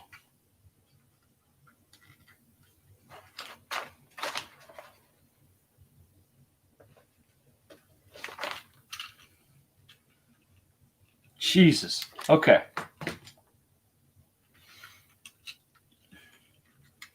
And that's it. Wow, that was easy. That wasn't such a chore, now was it? Good Lord. So there he is. This is Optimus Prime in his robot, in his truck form. There's a reason why in all the photographs he's like that, right? But there you go. So that is Optimus Prime. Good Lord. In his state, I think for all intents and purposes, he's going to stay in his transform state. Boy, oh boy, I can't wait to put this stand together. Look at all those little pieces there. Little pieces I can just lose, which will be awesome. Looking forward to that. Autobots, transform and roll out. There you go. There you go. Just for you, Foo. Just for you. Ay, ay, ay, ay, ay. That is. Yeah, I'll send it to you. I'll send it straight to you, Nigel. I'll send it straight to you. This is it. This is yeah. Tomy Takara, my first. I think it's an interesting, like with the wheels. Very, very, come on. Very interesting sort of look to him. I think I prefer him in his robotic state. Yeah, I think I'm going to transform him back because that's actually something that's much easier to do. I think you just have to remember to do it in the reverse order of how it was done before.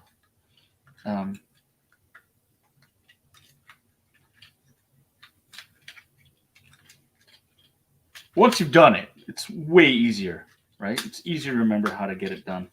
So there you go. So I was able to, there you go. He's transformed back in seconds. Here's another thing that was a bit confusing too. These little leg bits weren't folded out like that.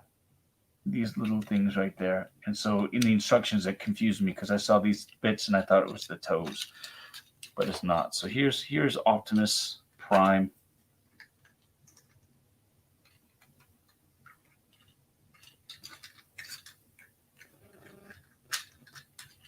There he is.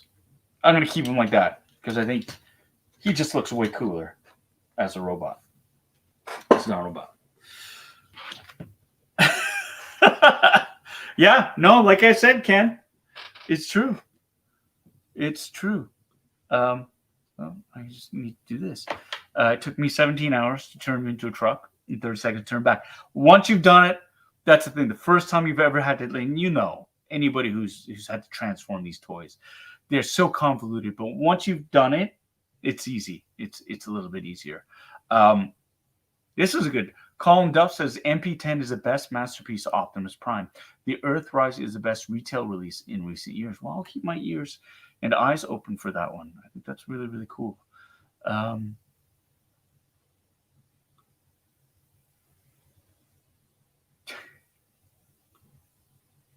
Wait. Caught that, not a robot. Oh, Scott. All right. Well, thank you so much for joining me. That's it. I'm done. I need to refill my drink.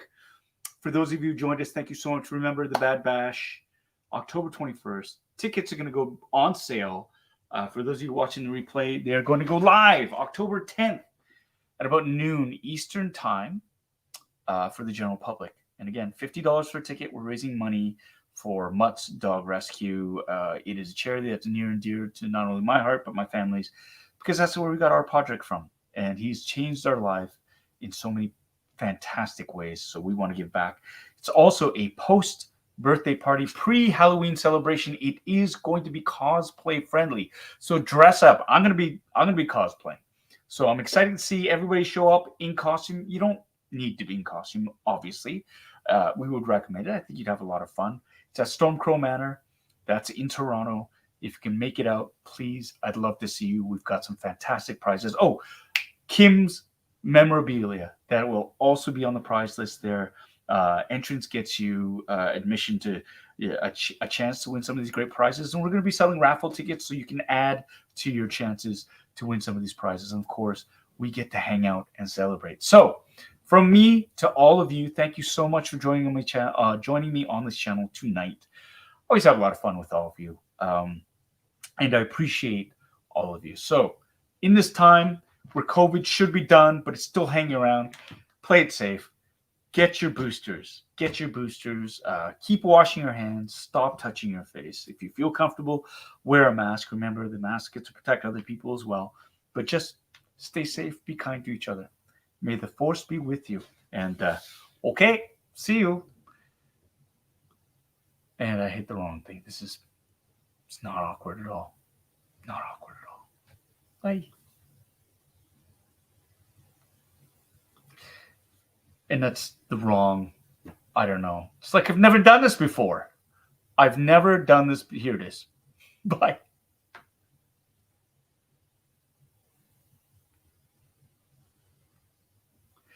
I just got to say, the Blue Jays. I love them. I love the Blue Jays. And it breaks my heart. 8-1. 8-1. You know what? That's why they play the games. And if we were the Jays down 8-1, I would be laughing and dancing too if they came back from that and won it. So to the Blue Jays, I love all y'all. We'll get them next year. Okay. See you.